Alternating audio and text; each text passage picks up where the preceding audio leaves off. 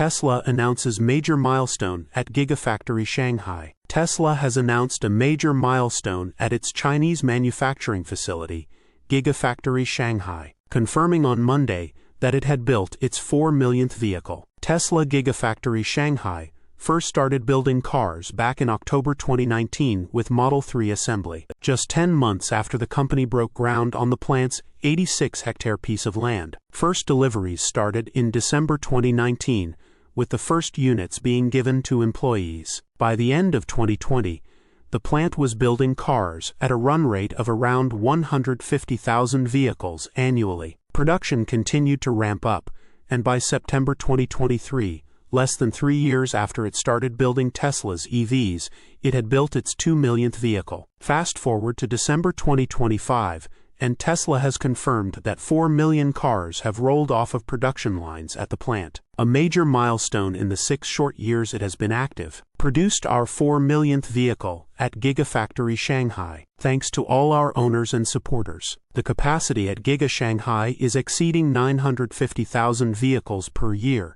and this year, the company has delivered 675,000 cars through the first 3 quarters. It is also the only plant to manufacture the Model YL, a longer wheel-based configuration of the all-electric crossover that is exclusive to the Chinese market. Gigafactory Shanghai's 4 million cars have not all stayed within the domestic market either. For a considerable period, the factory was exporting a significant portion of its monthly production to Europe, helping Gigafactory Berlin supplement some Model Y volume and all of its Model 3 deliveries. This is due to the Berlin plant's exclusive production plans for the Model 3. The site is one of the most crucial in the company's global plans, and Gigafactory Shanghai's incredible pace, which has led to 4 million production units in just about 6 years. It's fair to say that it won't be long until we're seeing Tesla celebrate the plant's 5 millionth vehicle produced, which should happen sometime late next year or in early 2027,